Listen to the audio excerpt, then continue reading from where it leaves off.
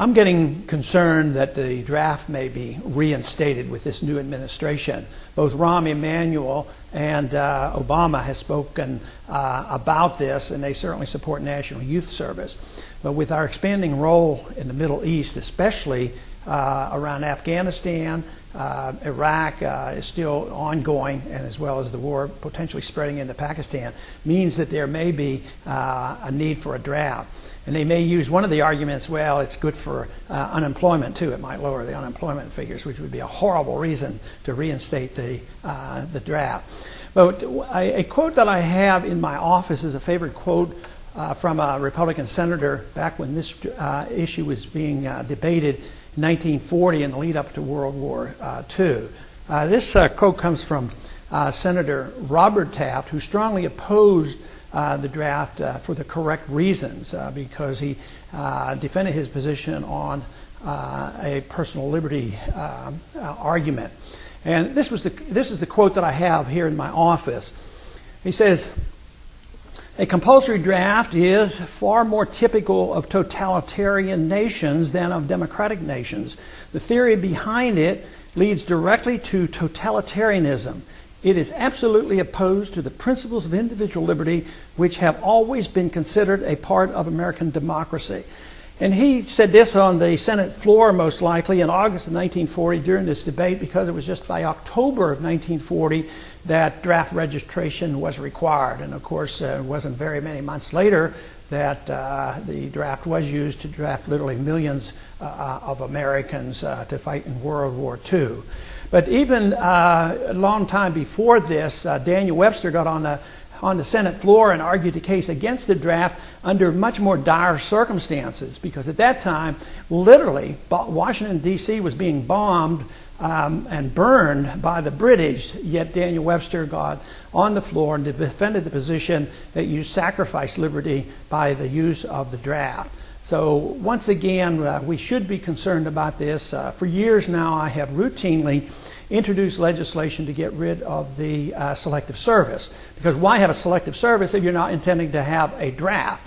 And to me, that is the most serious attack on personal liberty. It is involuntary servitude. If you can draft young men and women and send them overseas in wars that are undeclared, and think this is part of a method to preserve liberty, then we're sadly mistaken.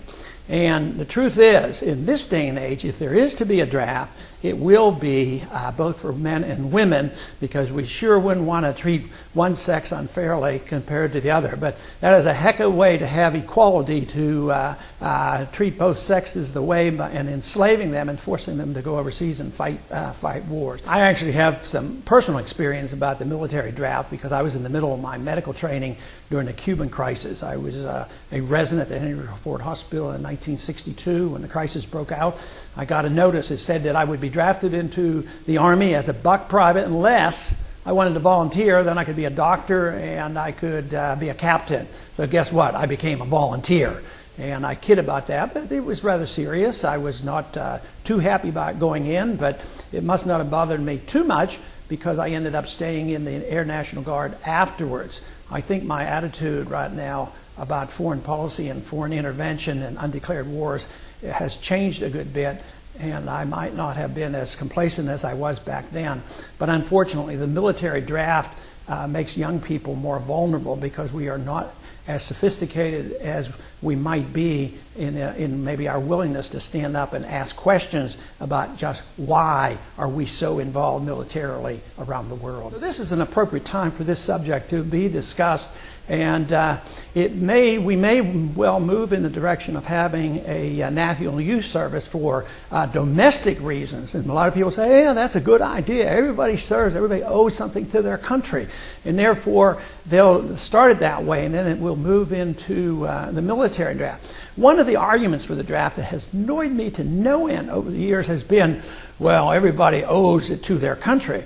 Just tell me, why would an 18-year-old young man owe more to the country than, say, if you're 45 or 50? Just think of all those individuals who never served, who are 45 and 50 and lived a good life and are very wealthy. what do they owe if you were going to use that argument? The 18-year-old owes a lot to himself, and we owe something to the 18-year-old, and that is to preserve freedom in this country, to make sure that we don't use government force and government power to reinstate the military draft.